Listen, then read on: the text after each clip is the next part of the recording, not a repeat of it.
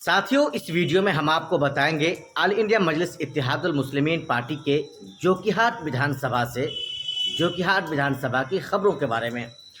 जोकीहाट विधानसभा में AIMIM party के उम्मीदवार मुखिया मुर्शिद आलम साहब होने जा रहे हैं। लगभग इस बात की पुष्टि हो भी गई है।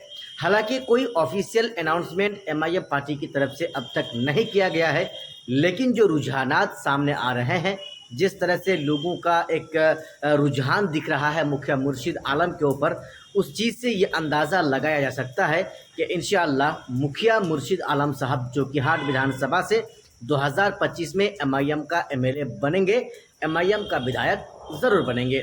साथियों, मैं आपको जोकीहाट विधानसभा के बारे में पूरी जानकारी आपको दूंगा, लेकिन उससे पहले आप मेरा परिचय जान लीजिए। मैं मोहम्मद असरारुल हक उर्फ सद्दाम हुसैन और आप सुपर सीमांचल न्यूज देख रहे हैं। साथियों, हम आपको 2020 में हुए विधानसभा चुनाव के बारे में ज़रा जानकारी हम आपको दे देना चाहते हैं। 2020 में एमआईएम पार्टी की तरफ से शाहनवाज आलम को एंड वक्त में अपना उम्मीदवार बनाया गया और उनको पतंग छाप का सिंबल देकर चुनाव लड़ा दिया गया। वहाँ के लोगों ने सरफराज आलम को कबूला नहीं, सरफराज आलम को लोगों ने वोट दिया नहीं।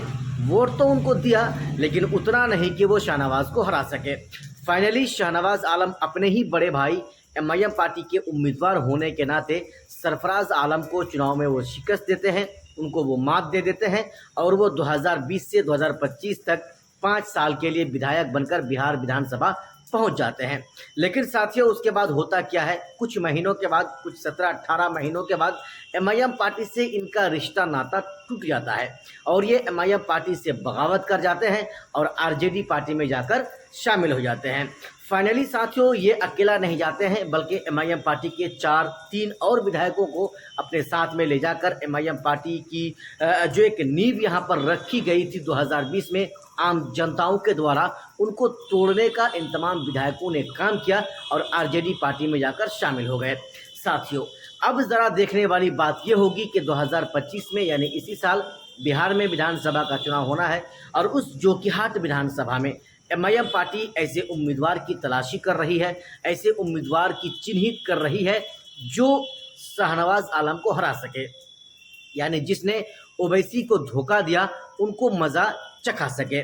इसलिए साथियों, मौलाना अब्दुल्ला सालिम चतुर्वेदी साहब जो सुर्खियों में रहा करते थे, आज भी सुर्खियों में हैं, लेकिन शायद उनको एमआईएम पार्टी अपना उम्मीदवार नहीं बनाएगी, क्योंकि मौलाना अब्दुल्ला सालिम चतुर्वेदी साहब एक मौलाना है। और ये नहीं कहता हूँ कि मौलाना को राजनीति में आना नहीं चाहिए, हालांकि मौलाना अब्दुल्ला सालिम चतुर्वेदी साहब का उतना दबदबा नहीं है जितना दबदबा मुखिया मुर्शिद आलम साहब का है। जहाँ तक दोस्तों सवाल एमआईएम पार्टी का है, तो एमआईएम पार्टी मुखिया मुर्शिद आलम साहब को अपना उम्मीदवार बना रही है और शाहनवाज आलम और सरफराज आलम को कड़ा टक्कर देने के लिए मुखिया मुर्शिद आलम साहब सक्षम भी हैं। उसको अपना उम्मीदवार बनाकर एमआईएम पार्टी फील्ड में, मैदान में उतार रही है। दोस्तों, अब जिस तरह से एमआईएम पार्टी का क्रेज़ अभी भी बढ़ा हुआ है, जनता जोकीहाट का एमआईएम पार्टी को अभी भी पसंद कर रहा है।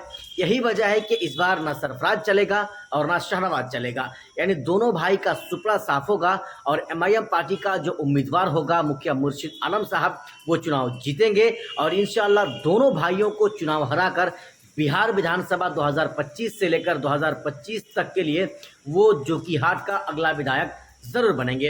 हालांकि साथियों, अगर मैं आपको बताऊं, एमआईएम पार्टी का जिस तरह से दबदबा था, आज भी वो दबदबा कायम है और सिर्फ वो दबदबा नहीं है, बल्कि उससे ज़्यादा कहीं दबदबा एमआईएम पार्टी का जोकीहाट विधानसभा में बन चुका है। चूँकि लोग अब वहाँ का समझ चुके हैं, चाहे सरफराज आलम हो या शाहनवाज आलम, ये दोनों भाई ओरिजिनल में अपने सगे भाई हैं और अपने आपस में लड़ाई ये लोग बराबर टिकट को लेकर के, चुनाव को लेकर के करते रहते हैं।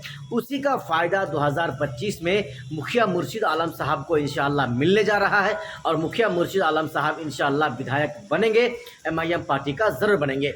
बाकी साथियों, आपको क्या लग रहा है, जोकीहाट का अगला विधायक कौन बनेगा? मुखिया मुर्शिद आलम साहब बनेंगे एमआईएम का, या फिर शाहनवाज बनेंगे, या उनका बड़ा भाई सरफराज बनेंगे? दोस्तों, आपको हमारे इस वीडियो के नीचे कमेंट बॉक्स में कमेंट करके अपनी राय हमें ज़रूर बताना है।